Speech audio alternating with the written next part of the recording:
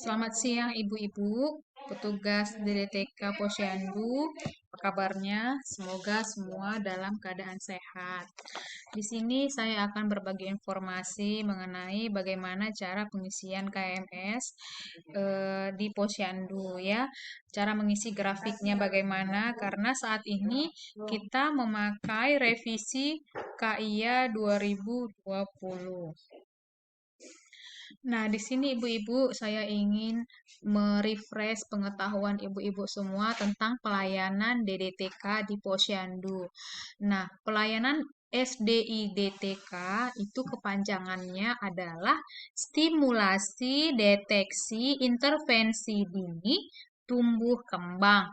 Jadi, kalau nanti ada yang bertanya apa kepanjangan SDIDTK, saya harap ibu-ibu sudah bisa mengingatnya ya. Nah, untuk tabel ini adalah tabel yang berisikan apa-apa aja yang kita lakukan, pelayanan apa aja yang kita lakukan di Posyandu. Ini dia acuannya ya. Ini terdapat pada halaman 10 dan 11 ibu-ibu. Nah, untuk tabel yang berwarna kuning, ini diisi checklist. Tetapi pengisian ini bukan kita yang melakukan. Ini diisi oleh orang tua dan keluarga, dibantu oleh kader, untuk memantau perkembangan anak sesuai checklist pada buku KIA halaman 42 sampai 53. Ya, nah, untuk pelayanan DDTK di Posyandu itu terbagi dalam 3 kategori. Yang pertama, deteksi dini penyimpangan pertumbuhan. Yang kedua, deteksi dini penyimpangan perkembangan. Dan yang ketiga, deteksi dini penyimpangan perilaku emosional. Ya, nah, untuk kategori deteksi dini penyimpangan pertumbuhan itu terbagi menjadi beberapa bagian. Yang pertama, dengan kategori BB per U. BB per U ini artinya berat badan per umur. Nah, jadi kita timbang anaknya, kemudian kita masukkan ke dalam grafik berat badan per umur itu untuk mengetahui bagaimana status gizinya. SK adalah sangat kurus, K kurus, N normal, RBBL, resiko berat badan lebih. Nah, untuk BB per TB, yaitu berat badan per tinggi badan, untuk mengetahui bagaimana status gizinya, yaitu pada kategori gizi buruk untuk GB, GK gizi kurang, GN gizi normal, GL gizi lebih, dan O obesitas. Nah, untuk TB per U, yaitu tinggi badan per umur, di sini kita pakai grafik ini untuk mengetahui apakah anak itu bertubuh pendek, normal, atau tinggi. Sekaligus untuk mengetahui dia statusnya stunting atau tidak. SP untuk sangat pendek, P untuk pendek, TN untuk tinggi normal, TI untuk tinggi lebih. Ya, nah untuk lingkar kepala per umur, lingkar kepala ini MI dia untuk mikrosepalus, N untuk normal, MA untuk makrosepalus. Nah, untuk deteksi dini penyimpangan perkembangan, ya Bu. Nah, di sini perbedaannya antara deteksi perkembangan dengan pertumbuhan, pertumbuhan itu kita lakukan setiap bulan. Dan untuk perkembangan itu kita lakukan per 3 bulan, ya. Nah, untuk KPSP ini itu ada kuesionernya. Nah, kuesionernya itu terdapat pada halaman 42 sampai 53. Itu sesuai bagaimana perkembangan anak sesuai umurnya. DS itu dengan deteksi sesuai, DM itu deteksi meragukan, DP deteksi penyimpangan. Itu per 3 bulan sampai batas 2 tahun. Anak usia 2 tahun ke atas dia dilakukan pemeriksaan KPSP-nya per 6 bulan, ya. Untuk tes daya dengar, Begitu juga dimulai dari umur 3 bulan. Nah, di atas 2 tahun dia per 6 bulan. N untuk normal, R untuk resiko. Untuk tes daya lihat itu dilakukan mulai anak umur 36 bulan atau 3 tahun. Nanti ada alatnya untuk kita pergunakan bagaimana untuk mengetes apakah penglihatan anak itu sudah mulai terganggu atau masih batas normal. Nah, jadi ini bisa kita lakukan di puskesmas saja ibu-ibu. Tetapi jika ada ibu yang hadir di posyandu mengeluh dengan kondisi anaknya atau curiga dengan kondisi anaknya, bisa kita ibu-ibu rujuk ke puskesmas agar di puskesmas kita lakukan pemeriksaannya lebih lengkap. Nah, untuk deteksi penyimpangan perilaku emosional itu terbagi dari KMPE. KMPE itu adalah kuesioner mental perilaku emosional, ya. Nah, jadi ini juga ada kuesionernya ibu-ibu. Begitu juga untuk MCAT. MCAT ini juga untuk mendeteksi dini anak mengalami penyimpangan perilaku autis. Ini pakai MCAT, ada juga kuesionernya. Begitu juga GPPH. GPPH ini adalah gangguan pemusatan perhatian dan hiperaktivitas.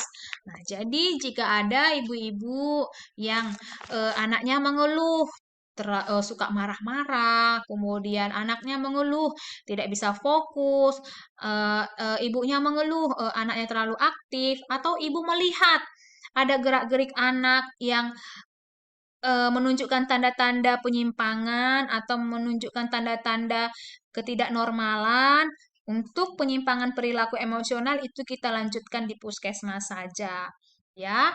Nah, untuk selanjutnya saya mau menjelaskan tentang KMS yang terbaru ini ya ibu-ibu. Nah, untuk pengisian KMS itu kita harus bedakan menjadi dua warna, pink dan biru. Ya, untuk warna pink perempuan, biru laki-laki. Perbedaan grafiknya tentu ada ibu.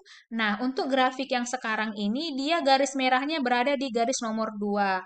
Tujuannya adalah agar kita lebih dini mengetahui apakah anak itu akan mengalami penurunan sampai di bawah garis merah.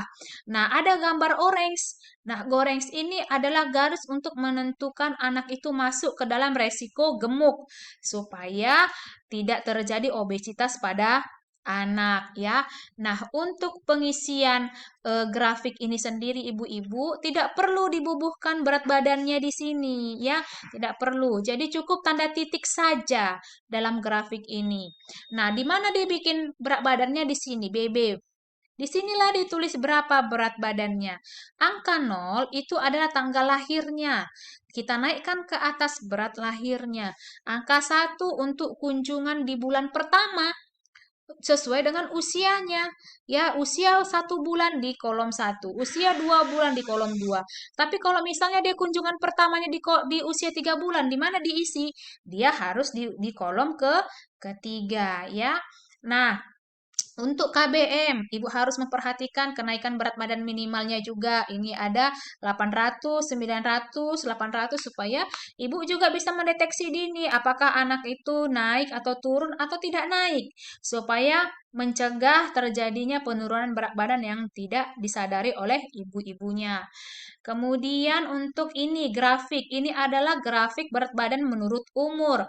Ini ada rumusnya ya Ibu, dia lebih besar dari 3 itu artinya resiko berat, berarti dari grafik hitam ini ke atas. Nah, begitu juga selanjutnya. Kemudian untuk grafik panjang badan tinggi badan menurut umur. Nah, inilah untuk mengetahui anak itu pendek, normal, atau tinggi. Jadi, dikatakan dia tinggi kalau lebih besar dari positif 3. Nah, di sini dia.